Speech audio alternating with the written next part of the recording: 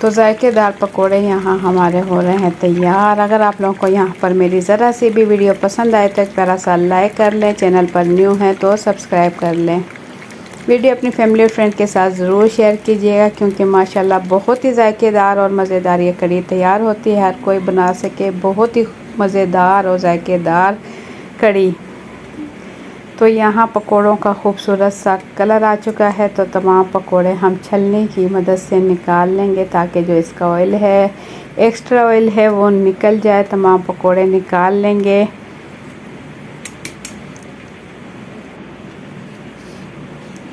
देखिए तमाम पकोड़ों का माशाल्लाह खूबसूरत कलर आ चुका है। तो यहाँ मैं तमाम पकोड़े जो है ऑयल से निकाल चुकी हूँ। अब इसे डायरेक्ट ही हम डाल देंगे कढ़ी में।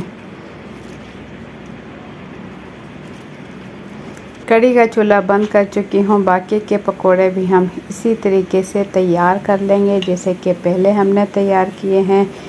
पकोड़े भी माशाल्लाह ढेर सारे हम कढ़ी के लिए मसाला तैयार कर चुके हैं। कढ़ी में ज़्यादा पकोड़े होते हैं तो ज़्यादा मज़ेदार लगती है, और इस तरीके से प्याज वाले पकोड़े बनाएंगे तो कढ़ी का मज़ा आ जाएगा। कढ़ी में प्याज, पकोड़ों में प्याज का इस्तेमाल ज़्यादा करें, उसमें बेसन का इस्तेमाल कम करें। उससे क्या होगा कि पकोड़े जो हैं फूले फूले और क्रिस्पी तैयार होंगे।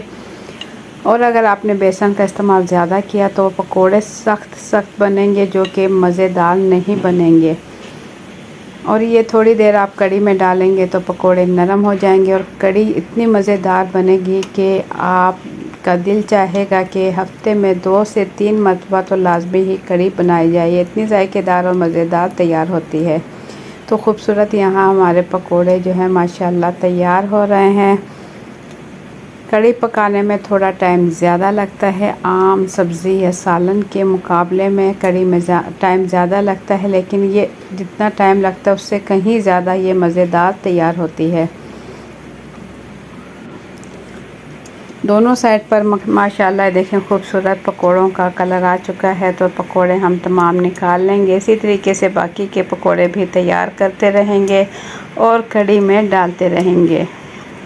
तो अल्हम्दुलिल्लाह खूबसूरत कलर के साथ कढ़ी और पकोड़े दोनों हम रेडी कर चुके हैं। इसके बाद हम इसका तड़का तैयार करेंगे। तड़का तैयार करने के लिए हमने बाकी ऑयल निकाल दिया। 1 चम्मच तकरीबन हमने इसमें ऑयल रखा। इसी फ्राई पैन में हमने 1 चम्मच ऑयल रखा और इसमें 10 से 12 लाल गोल मिर्चें और तकरीबन 1 चाय का चम्मच भर के हमने ले लिया है सफ़ेद ज़ीरा। अब लो टू मीडियम फ्लेम पर हम इन दोनों चीज़ों को पकाएंगे जब तक कि लाल मिर्च का कलर भी चेंज हो जाए और जो है ज़ीरा भी पकने लगे। उस टाइम तक हम पकाएंगे और इसके बाद हम इसे कढ़ी में डाल देंगे।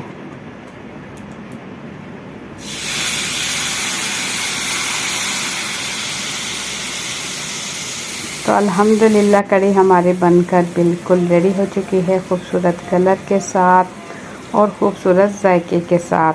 आप मुझसे भी बेहतर कढ़ी घर पर तैयार कर सकते हो। बहुत ही मज़ेदार बनती है और यकीन करें बनाकर ज़रूर ट्राई कीजिएगा। अगर आप लोगों को ये रेसिपी ना पसंद आए तो भी मुझे कमेंट्स कीजिएगा कि आप लोगों को पसंद नहीं आई। ऐसा नहीं हो सकता क्योंकि ये माशाल्लाह बहुत ही जायकेदार बनती है। ज़रूर ट्राई कीजिएगा। और कढ़ी के साथ चावल ना हो ये तो हो ही नहीं सकता। सफ़ेद चावल भी मैंने तैयार किए हैं, इसकी रेसिपी भी आप मेरे चैनल पर देख सकते हो। अगर मैं साथ ही डालती तो वीडियो बहुत लंबी हो जाती। तो यहाँ पर ये देखें माशाल्लाह खिले खिले सफ़ेद चावल भी आप बासानी तैयार कर सकते हो। इस रेसिपी के भी तमाम ट्रिक्स आपको मैं इसकी रेसिपी में दूंगी जिससे आप खिले खिले चावल तैयार कर सकते हो। देखिए माशाल्लाह से एक एक दाना खिला खिला तैयार होगा। सफ़ेद चावल कढ़ी के साथ बिल्कुल रेडी हो चुके हैं। ये दम पर चावल रखे थे जो कि मैं आपको ये क्लिप दिखा रही हूँ, जो कि मज़ेदार चावल तैयार हुए हैं। दोनों चीज़ें माशाल्लाह बनकर बिल्कुल रेडी हो चुकी है। तो इस देखें अल्हम्दुलिल्लाह दोनों चीज़ें बिल्कुल रेडी हो चुकी है। ज़रूर ट्राई कीजिएगा। माशाल्लाह बहुत ही जायकेदार तैयार हुई है। तो आप लोगों को मेरी आज की रेसिपी कैसी लगी अपना फीडबैक कमेंट्स के ज़रिए ज़रूर दें। चैनल पर न्यू है तो सब्सक्राइब कर लें। वीडियो पसंद आई है तो एक प्यारा सा लाइक और एक प्यारा सा कमेंट कर दें।